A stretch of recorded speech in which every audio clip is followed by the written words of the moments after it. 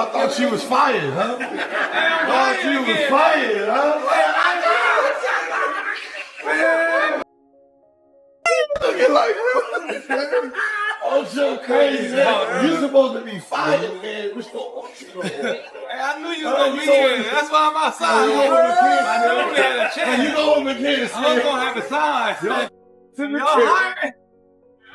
All you gotta do is make what? Kids, this is all we do. We let them sit there and beg you. You just got to erase all of that. No, actually, we'll erase it after we get clip from clip. No,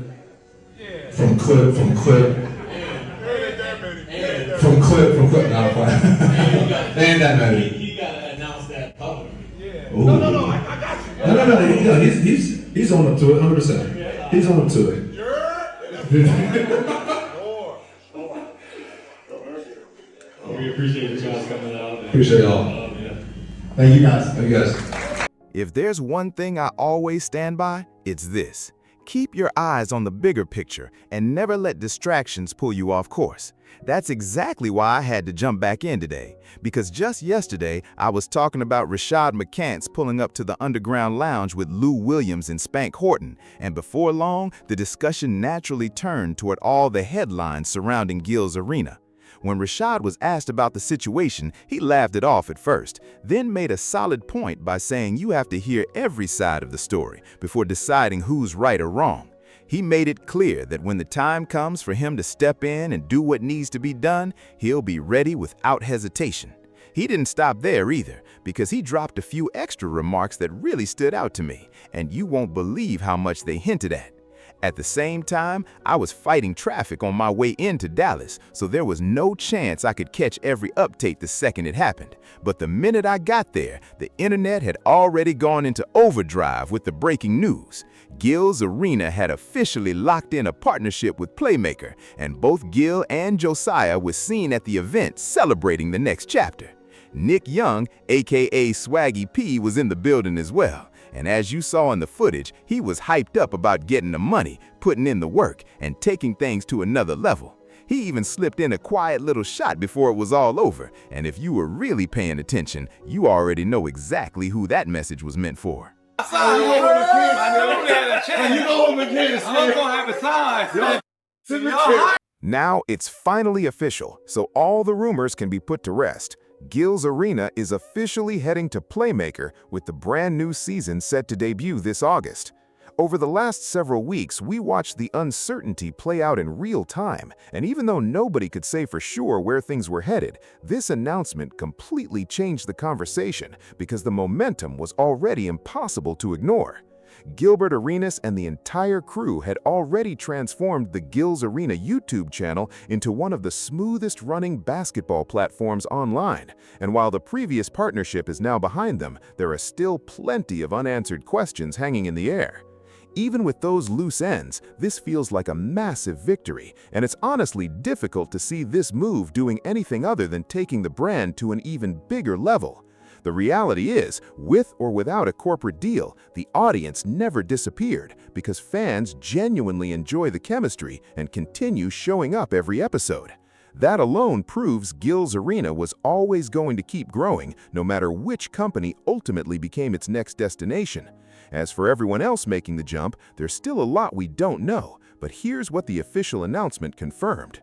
Gilbert Arenas has officially secured a new home for his podcast, with Front Office Sports reporting that the former 11-year NBA veteran is bringing Gil's Arena to Playmaker after recently parting ways with Underdog. The report also confirmed that longtime co-host Josiah Johnson will remain by Arenas' side as part of this new chapter. Playmaker CEO Dave Katzman praised both Gil and Josiah, saying they built an incredible community through authenticity, talent, and relentless dedication, while adding that Playmaker is excited to relaunch the show for loyal fans and introduce it to an even larger audience. Arenas, who spent time with the Warriors, Wizards, Magic, and Grizzlies during his NBA career, launched Gil's Arena in 2023, and since then, it has grown into one of the biggest basketball podcasts by averaging more than 70 million views each year. The three-time NBA All-Star officially moved on from Underdog after previously selling a 50% stake in the show during their February 2023 partnership, before exiting in May and confirming that full ownership of the Gilbert Arenas name would return to him later this summer.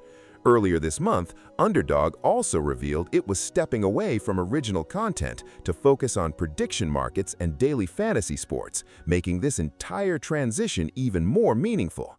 Gilbert Arenas is now expected to launch on Playmaker in August with 5 episodes every week, joining an impressive lineup that already features The Roommates with Jalen Brunson and Josh Hart, The Big Podcast with Shaq, Club Shay Shay, Nightcap, Let's Rap About It, and several other major shows.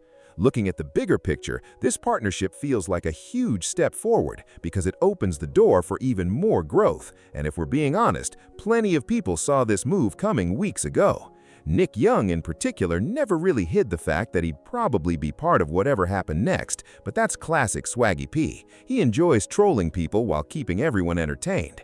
Remember, when Gil first walked away and hadn't announced his next move yet, Swaggy P joked that Gil had been fired before laughing about everybody else getting pulled into the drama as well. Right now, however, the biggest question revolves around Brandon Jennings, Kenyon Martin, Skip Bayless, and the rest of the personalities Gilbert recently added to the show.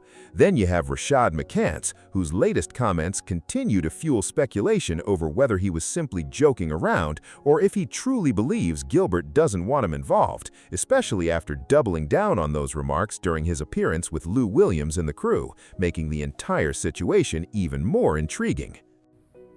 Gil, yes or no? Don't start. I can't say Gil left. I feel like Gil be ducking me because I be tearing. That's how I feel. I feel like I be tearing when Gil can't handle that. Gil want to win.